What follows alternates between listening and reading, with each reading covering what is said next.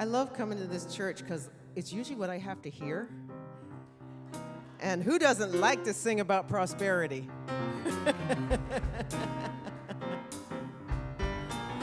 I'm gonna be the first one on the dance floor, the first to raise my hand, the first to state my opinion, and the first to take a stand. I won't play it safe and wait for a sign. I'm gonna throw myself out there and gonna let my light shine. Let it shine, let it shine. Let my big, bright, brilliant beam of radiant light shine. I'll be on Oprah and Jimmy's 60 Minutes too. They'll be talking about me and all the things I do. I'll be the one who sets the bar, the one who's in the know. Vogue will come to me to find what trends will come and go. As I shine, yes I shine. I'm gonna let my big, bright, brilliant beam of radiant light shine. Too many years I hid, fearing that I wasn't quite right.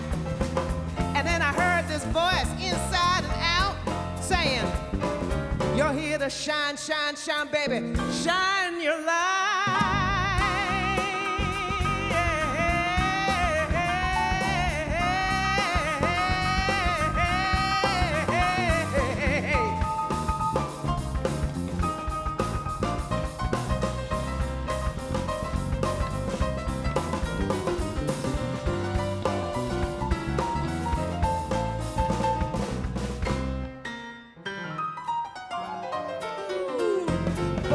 Too many years I hid my life. You know, I was scared. I was fearing.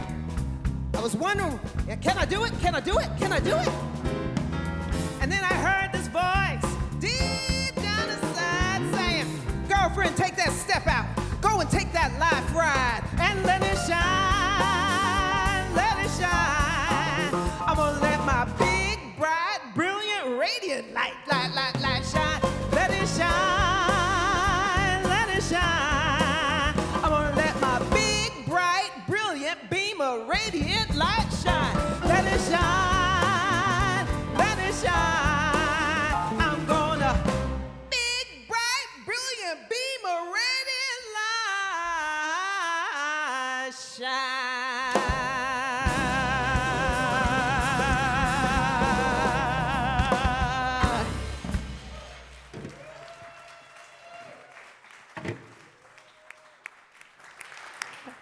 I think somebody's having a little fun over there. Well, did you know that only 30% of Americans say that they're actually really happy? Only 30%. There's a broad survey done by the National Opinion Research Center in the University of Chicago. And the really interesting thing about this survey was that they were curious. So these happy people, did that mean that they had a lot of money? And what they found out is that when you're in a state of poverty, the majority of those people were not happy. But as soon as you pass the threshold from poverty into, I don't know, middle/lower class, right? That it had no bearing on how much money people made on their state of happiness. So between the millionaires and the people who made like $50,000 a year, it didn't matter. 30% of them were really happy. So there was this man who's very interested in this. His name is Mihai Csikszentmihalyi. And he is considered one of the co-founders of positive psychology. And what he wanted to do is figure out what made these people happy. And what they said is that their life had a quality about it, which they described as flow. Their life had a flow to it, and they were happy. And so he decided he was going to research flow. And then I'm reading this book because it's our book of the month, The Art of Abundance, and I'm reading the chapters that are our chapters for this week. And this chapter is all about being in the flow. And I thought, well, I think God is talking to me right now. There might be a little coincidence going on. A coincidence is when God is like winking at you. It's like, yes, yes, this is it. So happiness relates to our state of flow that we're in. Happiness relates to our state of flow. And it's been interesting because Kathy Ann has been focusing on this theme during this month, which is The Art of Abundance, which is the title of the book that we're reading this month by Dennis Merritt Jones. And the first week, she was talking about seek, like seek your greatest good. Seek it out, state it, talk about it, say what you would love to experience. And for her, at first, she had married a man who was a lumberjack, and she wanted to experience a more affluent life. And she ended up divorcing that man, and then she married a man who was in charge of lumber mills, multiple mills. And so she actually experienced a greater sense of abundance. But then when she divorced that husband, she realized that it wasn't the man who was providing her abundance. Her sense of consciousness and abundance was God. Her source was the infinite one, and her experience and tapping in and tuning into it, accepting it as her truth, was her experience of her connection with God. So the man wasn't her source, her job wasn't her source, that the infinite presence that is the Almighty, all-creating, is her source. And that's true for all of us. And then last week, she talked about if you seek, you will be disturbed. Which kind of sucks because you're like, oh, well, that's great. Do I really want to seek? But it's not that you're going to get disturbed that you won't find. It's that in the process of seeking, you'll discover how you're preventing your own good from occurring. And that's a little disturbing to discover how you're preventing yourself from really receiving the abundance of the universe. And then this week, I'm talking about being in the flow. So part of discovering the beliefs, habits, and behaviors that are preventing you from your own abundance is allowing yourself to see them, to have them come up, and then to transform them. And when we transform them, we are in the flow. When we transform those beliefs, we're in the flow. And there's external and internal things that we can do to be the catalyst of being in the flow. And that's what Dennis was talking about in his book. He was talking about this idea of allowing flow to be your truth. And I was thinking about this. I was born in New Mexico. I went to Las Vegas from 2nd through 7th grade and then moved back to New Mexico. But in that mid-time in my childhood, I loved to go to Wet n Wild in Las Vegas, which was a water park. And in the water park, they had the lazy river. And the lazy river was super fun because they would have kind of like inner tubes and stuff hanging out. You just jump on an inner tube and you could flow all over the park. You could just, it's like the river just surrounded the whole park. And you could be lazy in it. But if you got off and you tried to go against the current, which I thought was fun, like I'm going to try and go against, how far can I make it? And I'd be walking against the current and walking against the current and all these people flying by me, right? They're just flying by me, walking. And then I'd look over and I'm like, I haven't gone anywhere. I'm walking against the current, but I wasn't going anywhere. Has that ever happened to you in your life? Have you gone against the flow? And it's really hard and difficult. And then when you turn down and just surrender, the river of life just takes you down. And that's our nature, is to be in the flow. We're resisting our truth. We often fight against it. And so you can be in the flow because it's already happening all around you. The flow is already there.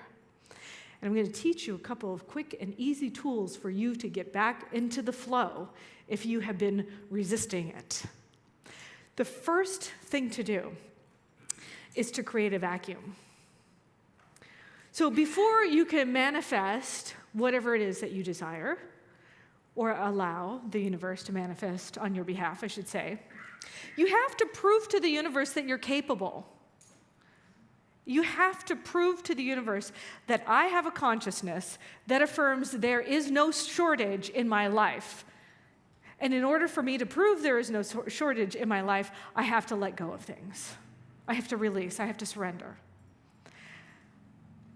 This is the law of circulation in action. You let it go of what you do have to create the vacuum, the spaciousness for what you want to come into your life. In the book, Dennis Merritt Jones says, the law of circulation affirms that the energy of the universe is an energy of perpetual motion, which is dynamically exchanging one form of itself for another. And in order to have abundance in any form to flow in our lives, we must also allow it to flow out of our lives. Letting go of what we have is a prerequisite to receiving more of what we desire. Step one, we have to release first. We have to give away first. Create a vacuum. Ernest Holmes, who's the founder of Centers for Spiritual Living, he says, there are no voids because the universe abhors a vacuum. In other words, whatever vacuum you might create must be filled with something. And I'll give you a little exercise as an example. Okay, I want you all to breathe out. And now don't breathe in. Don't breathe in, don't breathe in. Okay, breathe in. Did you notice the uncomfortability in the breathing out? Your body wanted to breathe in. And that's how the universe is when you let go and you breathe out, automatically you're creating an avenue for that circulation to come back in. And it comes back in a form according to what your consciousness says. It comes back in according to what you believe you can say yes to.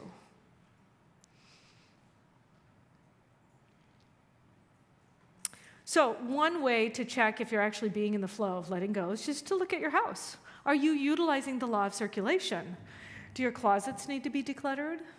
How's your garage looking right now? What messages are you sending to the universe about your ability to receive? Are things in order? Is it difficult or easy to see the energy flowing in and through your house? Now, I want you to know that when I was writing this, I made a commitment, because my garage is a mess, to clean my garage next weekend. So I'm not the only one, I hope, out there who was like, oh, I'm great to say, but it means another thing to do.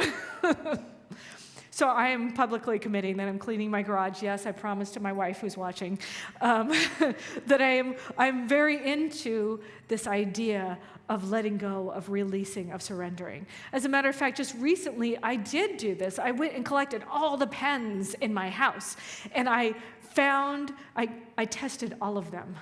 And yeah, I know, there's a lot, don't you have a junk drawer here and there?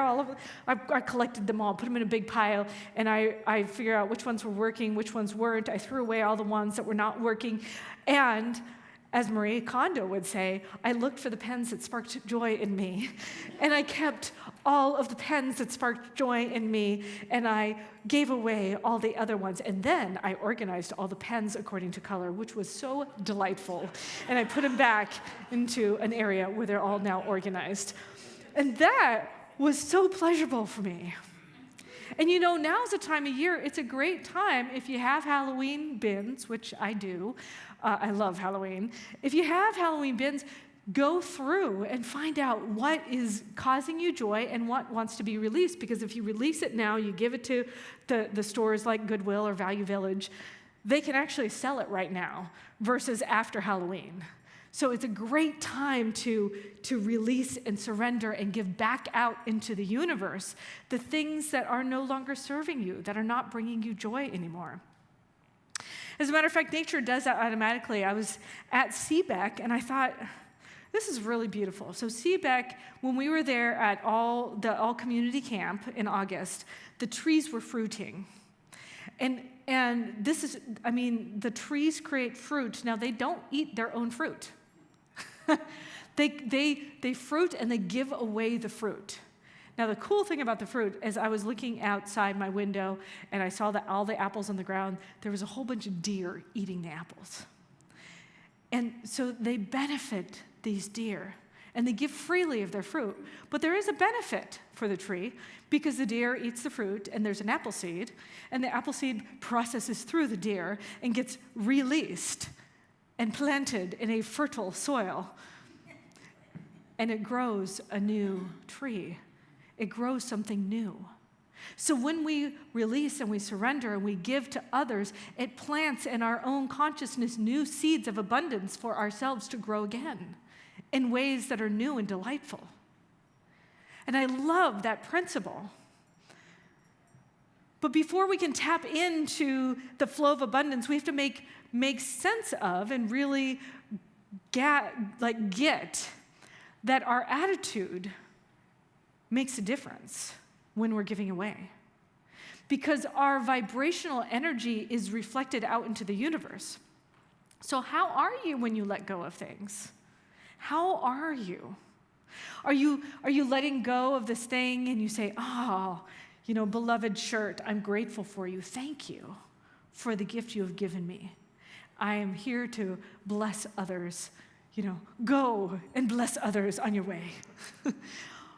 Or do you kind of cling to it? Oh, but this shirt, I really liked it. It doesn't fit anymore, but I really want to someday, hopefully, one day. It's been, since the pandemic, since this shirt has fit me and I got the COVID 19 pounds and I'm just, give it away. Give it away with joy and love because you know what? Something even better is out there for you. Something even better is yours right now. It is seeking you like you were seeking it. But if you're holding on to things, if you're hoarding things because maybe, hopefully someday, it will do you some good, let it go. Now this applies to money also. This applies to money because money is just energy. It's just a piece of paper. Money is a piece of paper. I know a lot of people are like, but no. Money is a means to an end. It's just a piece of paper. You know what money does? It provides an energetic, we put energy into the money, and then the money puts energy into the thing that we actually want. It's just like it's an in-between thing. It's an in-between thing because we really don't care about the money as much as we want the other thing that the money is getting for us. Is it buying food? Is it buying clothing? Is it buying experiences? Is it buying a house? What is the money doing? It's not actually doing any of that. It's just an exchange of energy. It's just a barter. It's just a circulation, and you have to keep money in circulation for the flow to go. You have to keep releasing, letting go, giving it away. And oftentimes people talk about tithing. Tithing is only 10%. It's like the universe gives you 100% and you give 10% away. You keep 90% and you give away 10% to the place that's giving you the most joy. It's an easy process. And the cool thing is it multiplies and magnifies what's going on in your life. But then how are you giving it away? Is that hard? What is your consciousness? What are you thinking about? What does your body feel when you release and surrender and let go? It's good to contemplate these things because that's what uncovers the beliefs that are underlying everything in our life. Because the fear, anxiety, worry, those gum up our flow. They're like gumming up the pipeline. And we want to be in a constant state of flow and circulation. We want to allow that to flow through us. Now, there is something to be said about investing because investing and saving is wise. There's wisdom behind that. But are you saving your money because something terrible may happen someday? Or are you saving your money because you are knowing that you're saving for a prosperous and abundant life, and you can do great good in the world because of it. So where are you coming from? That makes a huge difference. And it's good to recognize if you're saying, oh, wow, that's not working so well for me. Well, great, you can shift it. And we have classes, and we have community, and we have prayer, and we have support, so you can shift that experience so that way you experience the flow of life in a way that you love how abundance as the source of all life is showing up in and through and as you. That's why I'm here. That's why I'm here. I want each and every one of you to be the expression of abundance in action. I want you to feel and know that you were destined to be in the flow. It's already happening. You're the one who's resisting it, so let that go. Let it go. Now, don't worry, I'm talking to me too. I am talking to me too. I used to collect, I'm sure I've told you this before, I used to collect everything. Oh my God. I was like the collector of collections. I did. I collected, and then my wife met me, and she's like, what is this? I'm like, oh, this is my Lucky Rabbit's Foot collection, which is really bad, and I'm so sorry for all of those poor little bunnies in the universe, but I had it since I was a kid, and I didn't know they were real rabbit's feet. And then I had my keychain collection, and then I had my little figurine collection, and my plates collection, and my little bells collection, and my spoon collection. I don't know if any of you are like me. But I've surrendered many of those things, but I'm keeping my coin collection because I really like that. That's a lot of fun for me to look at all those old coins. But it's sometimes they were just in a box, and in a box, and in a box, and in a box, and in a box. I wasn't doing anything with them. So it's good to let go because somebody else will be using them. Somebody else has my 4-leaf clover keychain out there, and they are loving it. They are loving that thing. So the second step is receive gratefully. Okay, some of you out there are people pleasers, and some of you are really good at giving out, but you're not so good at receiving. Maybe I'm talking to you. But I want you to keep in mind is being a gracious receiver is a gift you give to the person who's giving to you. When you say yes to somebody who gives you a gift, you are giving them a gift. Do you know how great it is when you give something to somebody and they're like, oh my God, I'm so grateful. That joy that you feel when you give away, you're giving that joy to that person when you receive. You're giving them a gift. Say yes. Just this last weekend, was it last weekend? It was a few days ago. I don't even know. Where am I? What day is it? Okay. So somebody in the community gifted me a play, and it was so wonderful. And I said yes. And then the person I was with, we carpooled down there, she gifted me the parking garage, for the parking. And I said yes. I was grateful to receive. Now, I wasn't always like this, I have to say. It took a little, I didn't realize how uncomfortable it was to receive because I kept getting things that were bigger and bigger gifts. And the most uncomfortable thing that I've ever received in my entire life was the one day I did this talk about my wife and I, and I love you, Gina, and she was watching right now. And we had this little tiny, we lived in a duplex, and there was no dishwasher. And the dishwasher ended up being my wife and not me, because I'm not that good at washing dishes. And I was talking about this, and it was a little contention that was in our relationship as a result of it. And so I was just telling this story, and somebody in my community, a good friend of mine, said, well, I'll buy you a dishwasher. And I was like, that's funny. And I laughed at it, and like she really wanted to give me a dishwasher, and I really kept brushing her off for like 6 months. I was like, She's like, no, really, I really want to give you a dishwasher. Okay. I'll take the dishwasher. And we went shopping, and we got like a little movable dishwasher, and it literally saved my relationship. It's just like, Thank you, Bobby. I'm so grateful. Oh my God. What a blessing. But it took me a long time to say yes. And I didn't realize that I needed to grow in receiving. I had to be willing to receive gratefully. So let me do another exercise with you. Clench your fist. Actually, Karen, come here. Clench your fist. Okay, now grab this paper with one of your hands. It doesn't work very well, does it? Right? Okay, thank you. Beautiful job. Everybody, put it up for Karen. So if you go through life with clenched fists, you can never say yes to receiving. You have to be willing to be open to receive. That's part of the process. So first, you give away. And then what happens? You receive. So that's create a vacuum, receive gratefully. This is a 3-step process, not a 2-step process. The third thing is to utilize what you have. Utilize what you have. Mindfully using what you've received is a part of the process.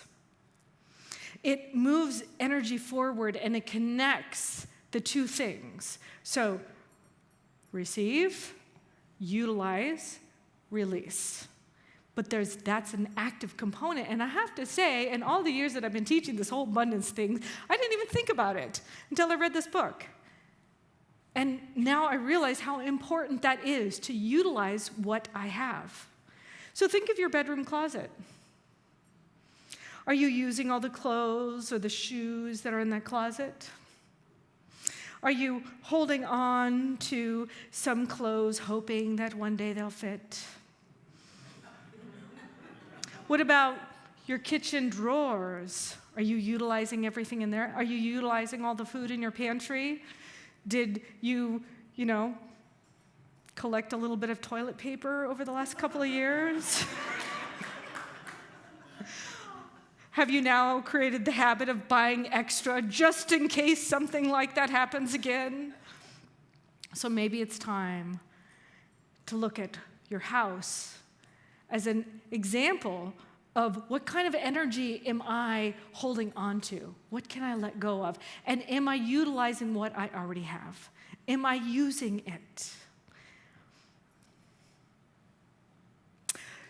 I have 2 stories about this. One is I had these beautiful dishes that I think it was my mom or my grandma, somebody gave me. They were china, beautiful china.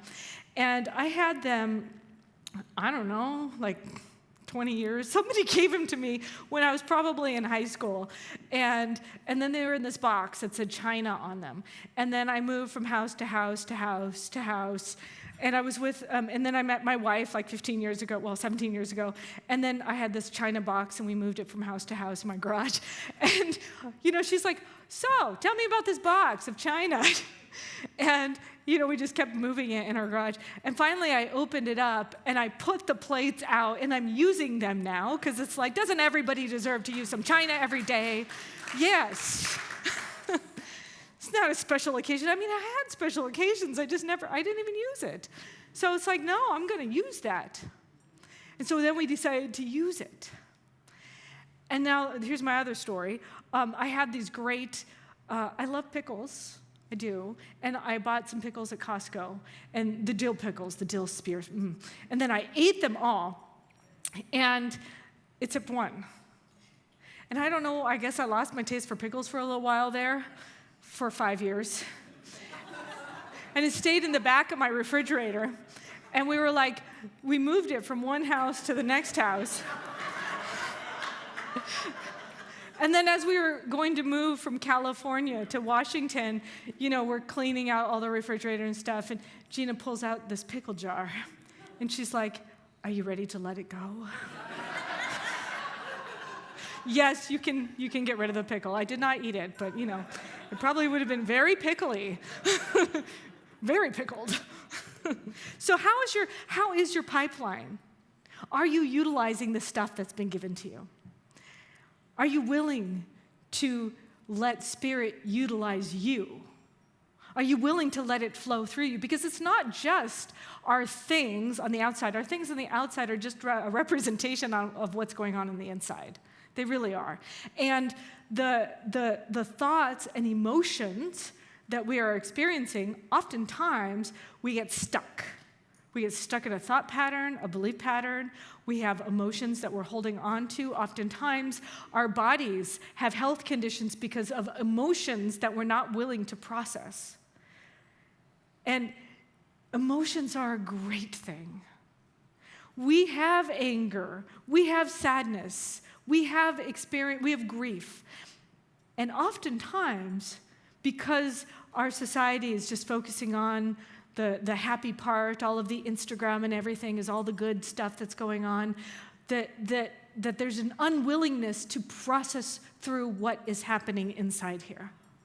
And it's really healthy to notice where you're blocked and to allow it to process through you. So when you're angry, it's okay to be angry as long as you feel the energy, you allow it to process through you, and you let go of it. It's where you don't let go of it that you start clogging up the system. And that's the important key point, is we have to be places of flow. We have to allow our thoughts and our energies to be in a place that fill us with delight. And sometimes we mess it up for ourselves. Gina was talking to me the other day, and she said, she was watching the news. So before she was watching the news, she was watching cat videos. Now, cat videos fill both of us with joy all the time. Lots of cute cat videos. And one day, she just turned on the news. And in the news, they were talking about the possibility of nuclear war. And she watched for like maybe 10 seconds. And then she turned it off because she said, I just realized that I went from a state of joy to absolute terror and fear. And I thought to myself, okay, let's say the worst happens. Let's say we're all gonna die. Would I rather be happy in the in-between from now to then? Or would I rather be in the anxiety and the fear and the terror from now to then? She said, I'd rather be happy. And I think that was a really good point, because our state of being actually affects everybody around us. We are the pebble in the pond that reflects out. Our consciousness affects other people. It is okay to experience joy when other people are not. That is okay. You're not discounting the fact that there are challenging things going on in the planet. It is okay to be in that state of joy and bliss. And this brings me to the other concept. We were having these abundance circles last week. After second service, we have abundance circles. And I was talking to some people, and they gave me permission to share this. They said, okay, you know what? I have an abundant life. I've been doing this process. I've been in this community for over 20 years. I practice my practice. I've had this great life. I have a partner of my dreams. I have a great house.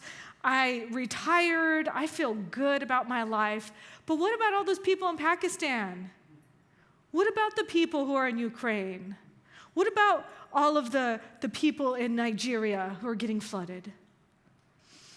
And I said, well, we talk about these things on a personal level, but the truth is that we are a collective. There's a collective consciousness, and all that is outpicturing now is a result of our collective consciousness. And we all participate in that.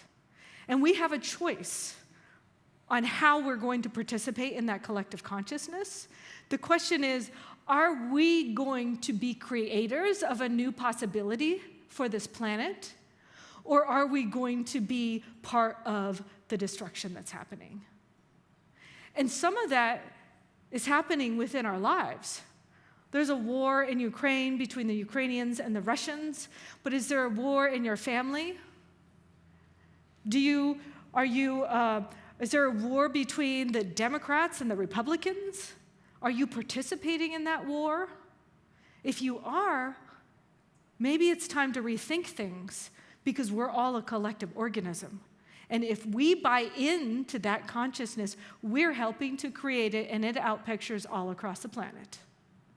If we're buying into this idea that there are limited resources when we know that this planet is filled with resources that we could share and everybody could have enough to eat. If we participated in creating a world that works for everyone, how amazing would that be? But we have to choose to be a part of that. We have to choose to decide that we're going to be the innovators, we're going to be the dreamers, we're going to be, instead of the perpetuators of climate change, we're going to know that whatever was done can be undone, and we're going to be part of the solution. And so that's how we're going to live. Because your consciousness affects everyone around you. And you cannot change that. You cannot change that out there, but you can change it in here. And you can be a place where peace shows up, and you can be a place where abundance shows up, because if you are the evidence of abundance, you can share your abundance with those who are not experiencing that. We have the opportunity to do that. We have the opportunity to tune in to the highest vibration and participate in the co-creation of that world. Are you choosing to do that? Because you cannot get sick enough to help the sick. You can't be poor enough to help the poor. That doesn't work. It's like you can't hate to eliminate hate. It doesn't work. The only way is through love. Love is the solution of it all. And being the place where God shows up as abundance, and you say yes to the flow of circulation, and you participate in that circulation, then you are the place where it shows up. And that's what I want to know for each and every one of us here, that we are the place where abundance shows up, and our consciousness here on this side of the planet affects everybody on the other side of the planet, because they are a part of us. They are not only our family, but they're part of who we are. There is a collective that we call God or Source, and it outpictures itself through all of us, and we are participating in it. And so we have the ability to shift where it's heading. But we have to choose to do that. We have to be willing to do our own work and to uncover any idea of a belief system that that's not possible, because everything is possible with God. God created all of this. You think something that we as humans created that's destroying things, God can't uncreate in and through us? It can. And so we get to be that place. But you do that through little things, really easy, by tapping into the flow. So I want to remind you to create a vacuum, to let go. What are you hoarding? What are you holding on to? I want you to receive gratefully. Are you pushing away your gifts? Are you saying no when somebody offers you lunch? Are you like, poo, poo, poo, poo, poo, no good for me. I'm only good for other people. Little superheroes, where's Michael? No good for me. No. We say yes to your good. Be willing to receive it. Give somebody else that gift of joy when you say yes to your good. And by the way, if you don't like that gift, you just pass it on. But say yes and receive gratefully. And the next thing is utilize what you have. How is your pipeline? Are you using these God-given gifts that were given to you? Are you willing to be a place where that shows up? Utilize it inwardly and utilize it outwardly. And trust me, when we do this together, I know what tomorrow is going to look like, and I am loving it. So will you join with me in this dream? Yes.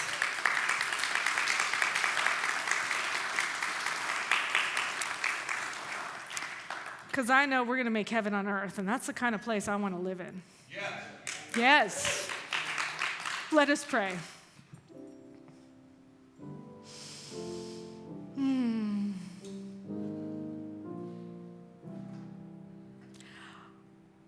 know that this is a universe of wonder and awe.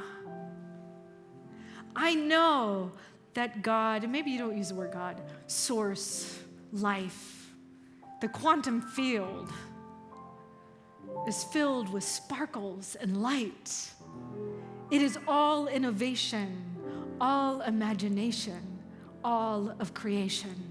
And it's happening in and through each and every one of us. And so today is a day where I let go, and I do go with the flow. Because I know that right here, wherever I go, that my consciousness touches, moves, and inspires all of those around me. I know that I am part of the flow, and wherever I go, that's where God is. Because that's what abundance is. It shows up as smiles. It shows up as delightful coincidences. It shows up as beautiful plates on my table. It shows up through every single person that I meet, where I let go of those walls of separation and I start seeing today the bountiful, beautiful, brilliant, bright light that God is. And it is happening. It is happening right now. It is happening in and through me. It is happening through each and every person I see. And I just love this world that we are creating collectively. A world where we see a generous sharing of resources. A world where peace is the way. A world where all of us are going up the mountaintop on different paths. Maybe one is the Muslim path and the Jewish path and the agnostic path, but we all meet on the top of the mountain together, seeing what beauty and delightfulness that this world is for each and every one of us. And in our collective awe, we just say, oh yeah, I am so grateful. Bring it on, because I know that even that this tippy top of a mountaintop, there is yet an even another greater good for all of us to receive. And so I claim that top for all of us. I see it, I feel it, I know it, I claim it, I express it, I am it, I embody it, I am the fulfillment of it right here, right now, this very moment, this very day. And it feels good. And for that, I'm grateful. And so it is.